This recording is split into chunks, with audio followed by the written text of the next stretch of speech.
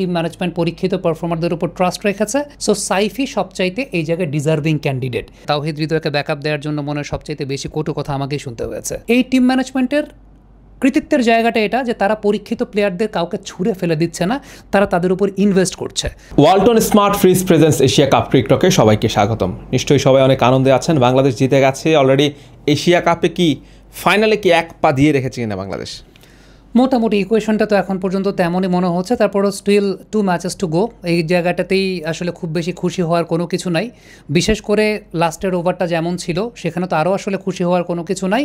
But হ্যাঁ, Bangladesh match জিতেছে, result বের করেছে, টিম ম্যানেজমেন্ট পরীক্ষিত পারফর্মারদের উপর ট্রাস্ট রেখেছে, তারাও ডেলিভার করেছেন। কিন্তু এখনই খুব বেশি খুশি হওয়া যাবে না। Still 2 more matches to go. India ম্যাচটা হয়তো একটু কঠিন হবে, কিন্তু পাকিস্তান ম্যাচটা চেনা প্রতিপক্ষ, রিসেন্টলি বাংলাদেশ খেলেছে। আমার কাছে মনে হয় যে আগে ম্যাচ জিতে তারপর ফাইনাল ওঠার সেলিব্রেশনটা করতে হবে। আজকের ম্যাচের টার্নিং পয়েন্টটা কোথায় ছিল?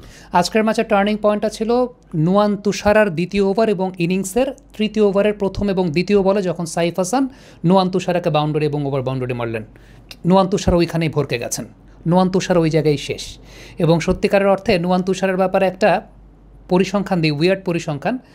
বাহাতি ব্যাটসম্যানের এগেনস্টে এই বছর পাওয়ার প্লেতে তিনি প্রতি 7 রানে একটা উইকেট পেয়েছেন, অথচ ডানহাতি ব্যাটসম্যানের এগেনস্টে পাওয়ার প্লেতে তিনি প্রতি 40 রানে একটা উইকেট পেয়েছেন। তার মানে ডানহাতি ব্যাটসম্যানের এগেনস্টে নুয়ান তুষার অনেক ভালনারেবল। সাইফ হাসান সেই সুযোগটা কাজে লাগিয়েছেন এবং খুব ভালো এক্সিকিউট করেছেন।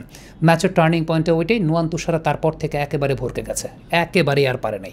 সাইফ হাসানের ব্যাটিং নিয়ে কী বলবেন?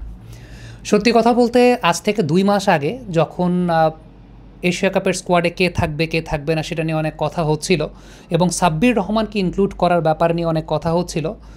খুব সম্ভবত বাংলাদেশের গণমাধ্যমের মধ্যে আমি 3টা নাম বলেছিলাম যে 4 নম্বর পজিশনে বিকল্প হিসেবে কারা থাকতে পারেন। এর মধ্যে সাব্বির, সাইফ হাসান এবং ইয়াসির আলী রাব্বি, কারণ গত বিপিএলে 4 নম্বরে তারা ভালো ব্যাটিং করেছিলেন। তার পরের দিন আমি আবার আরেকটা কথা বলেছিলাম, যেহেতু সাব্বির বিসিবির সিস্টেমে ছিলেন না, সো সাইফই সবচাইতে এই জায়গায় ডিজার্ভিং ক্যান্ডিডেট। তার আগে আমার কাছে মনে হয় না বাংলাদেশের কোনো গণমাধ্যমে সাইফকে নিয়ে কথা হয়েছে। ইভেন আমাকে এমন কথা শুনতে হয়েছে আশেপাশে মানুষজনের কাছ থেকে যে যেহেতু আমি ধানমন্ডি ক্লাব মাঠে প্র্যাকটিস করি এবং সেটা বাংলাদেশের একটা গ্রুপ অফ কোম্পানিজের নিয়ন্ত্রণে চলে এবং তাদের রংপুর রাইডার্স তাদের টিম, আমাকে এরকম কথাও বলা হয়েছিল আমি কি রংপুর রাইডার্সের পিআর হিসেবে কাজ করছি কিনা, এরকম কথা বলা হয়েছিল। আমি সাইফের কথা বলার পর আমার আশেপাশের অনেক কলিগরা বা আমার আশেপাশের অনেক কাছের মানুষরা বলেছিলেন এই কথা। তবে সাইফ অ্যাজ অ্যান ওপেনার এই ব্যাপার নিয়ে আমারও কনফিডেন্স ছিল না যে সাইফ ওপেনিং স্লটে এরকম ভালো পারফর্ম করতে পারবেন, বা ওপেনিং স্লটে কিন্তু সাইফ গেল 1-1.5 বছর এরকম পরীক্ষিতও ছিলেন না। সাইফ 4 নম্বর পজিশনে বিপিএলে ভালো ব্যাটিং করেছেন, সো তাকে 4 নম্বর পজিশন এবং তাকে স্কোয়াডে অন্তর্ভুক্তির ব্যাপারে আমি কথা বলেছিলাম। কিন্তু ওপেনিং স্লট নিয়ে আমারও আসলে ভরসার জায়গা ছিল না। কিন্তু সাইফ সেই জায়গাটাতে আমার কাছে মনে হয় ফুল credit goes to Saif Hasan, full credit goes to Saif Hasan. Saif Hasan সেই জায়গাটাতে তার মতো করে আজকে সুযোগটা পেয়েছেন এবং তিনি সেটা ডেলিভার করেছেন। গত ম্যাচে অনেক শেকি মনে হয়েছিল সাইফকে, কিন্তু এই ম্যাচে সেই শেকিনেসটা অনেকাংশে দূর হয়ে গেছে এবং ভালো ডেলিভার করেছেন। আমার কাছে মনে হয় গুড টু সি যে টিম ম্যানেজমেন্ট ট্রাস্ট করেছে তার উপরে, এবং ইনিশিয়ালি ডান হাতে ব্যাটসম্যান প্রয়োজন ছিল নুয়ান তুষারের এগেনস্টে, সাইফ জাস্ট আউটপ্লেড। তাওহিদ হৃদয় প্রায় 14 থেকে 15 ইনিংস পরে হাফ সেঞ্চুরি পেয়েছেন, তাকে নিয়ে সবচেয়ে বেশি সমালোচনা। এবং খেলা যখন চলছিল তাওহিদ হৃদয় ব্যাটিং করছেন তখনও তাওহিদ হৃদয়কে একাদশে রাখা নিয়ে যেই পরিমাণ সমালোচনা হয়েছিল একদম সবার মুখে একদম কুলু পেটে দিয়েছেন। হৃদয়ের ব্যাটিং ইনিংসটা কীভাবে বর্ণনা করবেন? আরমান, আপনি যদি বিডি ক্রিক টাইমে আমার এর আগের সাক্ষাৎকারগুলোর নিচে কমেন্ট পড়েন, তাওহিদ হৃদয়কে ব্যাকআপ দেওয়ার জন্য মনে হয় সবচাইতে বেশি কটু কথা আমাকেই শুনতে হয়েছে, রাইট? কিন্তু আমি একটা বিষয় বিশ্বাস করি আরমান, সেটা হচ্ছে যে 15-16 জন ক্রিকেট খেলছেন তারাই আমাদের দেশের সেরা খেলোয়াড়। এই টিম ম্যানেজমেন্টকে ধন্যবাদ আমি এই কারণে দেব যে পরীক্ষিত পারফর্মারদেরকে তারা ছুঁড়ে ফেলে দিচ্ছেন না। খারাপ করলে, ফর্ম খারাপ থাকলে পরীক্ষিত পারফর্মারদেরকে তারা ছুঁড়ে ফেলে দিচ্ছেন না, তাদের উপর ভরসা রাখছেন ডেলিভার করানোর জন্য। ওই জায়গাটাতেই ধরেন তাওহিদ হৃদয়কে প্রথম ম্যাচে শ্রীলঙ্কার সঙ্গে নামানো হয়েছিল কারণ ডেটা অ্যানালাইসিস বিশ্লেষণ করে দেখা যায় যে গেল জুলাই মাসেই অন্য একটা ফরম্যাটে, ওয়ানডে ফরম্যাটে শ্রীলঙ্কার সঙ্গে তিনি 2টা হাফ সেঞ্চুরি করেছিলেন। এসএলপিএলে তিনি খেলেছেন, এই বোলারদেরকে তিনি খুব ভালো মতো চেনেন, যে কারণে তাকে প্রথম ম্যাচে খেলানো হয়েছিল।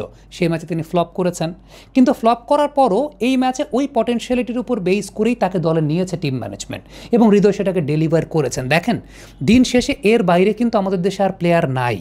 খেলালে এই 15-16 জন, 18 কোটি মানুষের মধ্যে এই 15-16 জনের মধ্য থেকে খেলাতে হবে। এই টিম ম্যানেজমেন্টের কৃতিত্বের জায়গাটা এটা যে তারা পরীক্ষিত প্লেয়ারদের কাউকে ছুঁড়ে ফেলে দিচ্ছে না, তারা তাদের উপর ইনভেস্ট করছে।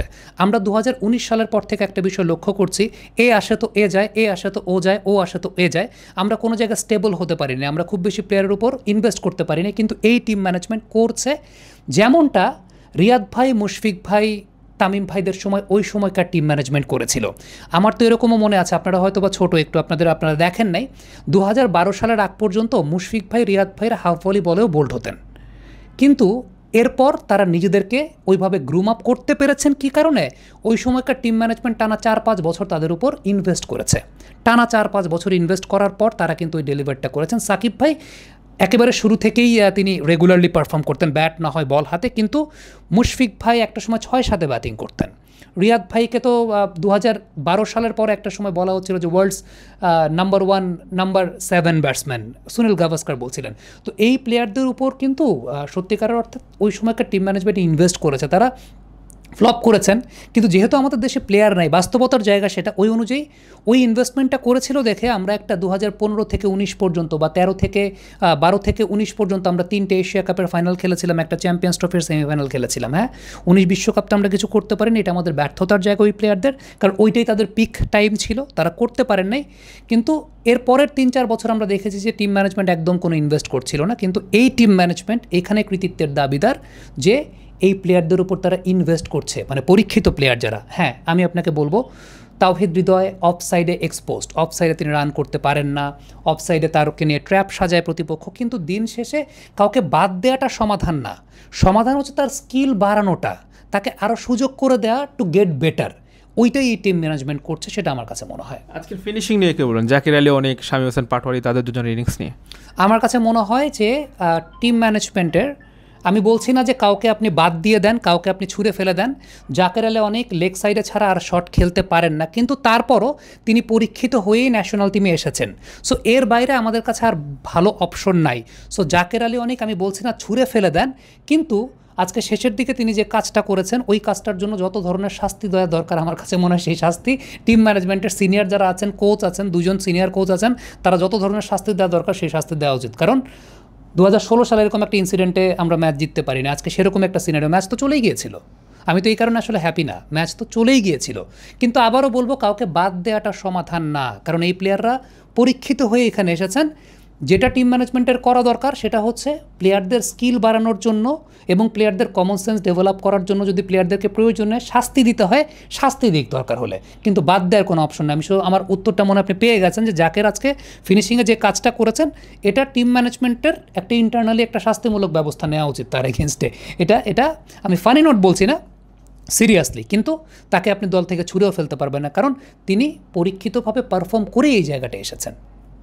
শামীম হোসেন পাটোয়ারির ফিটনেস নিয়ে অনেক কথা হয়, বিশেষ করে তাকে ট্রল করা হয় যে তিনি ভাত খেয়ে শক্তি পান।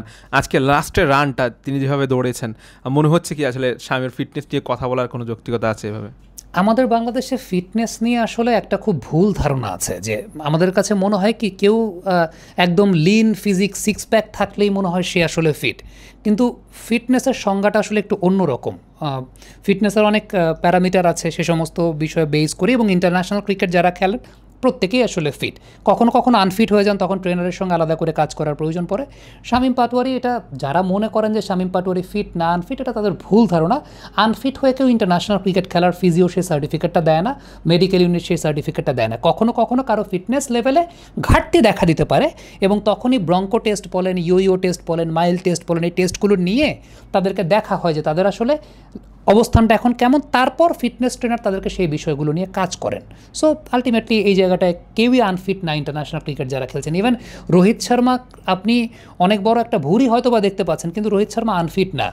আপনার আমার চাইতে রোহিত শর্মা অনেক ফিট। ওই ইনার সার্কেলের ভেতরে তিনি যেভাবে ডাইভ দিয়ে বল বাঁচিয়ে দিবেন, কিংবা স্লিপে দাঁড়ালে যেভাবে ডাইভ দিয়ে তিনি ক্যাচ ধরবেন, ওইটা আমি পারবো না। সো ইন্টারন্যাশনাল ক্রিকেট যারা খেলেন তারা ফিটনেস টেস্টে পাশ করে বা ওই ফিটনেস নিয়েই খেলেন। ভুঁড়ি থাকলেই তার যে ফিটনেস খারাপ, কথাটা ভুল ক্রিকেটের ক্ষেত্রে। এখানে ফিটনেসের অন্য অনেক প্যারামিটার আছে।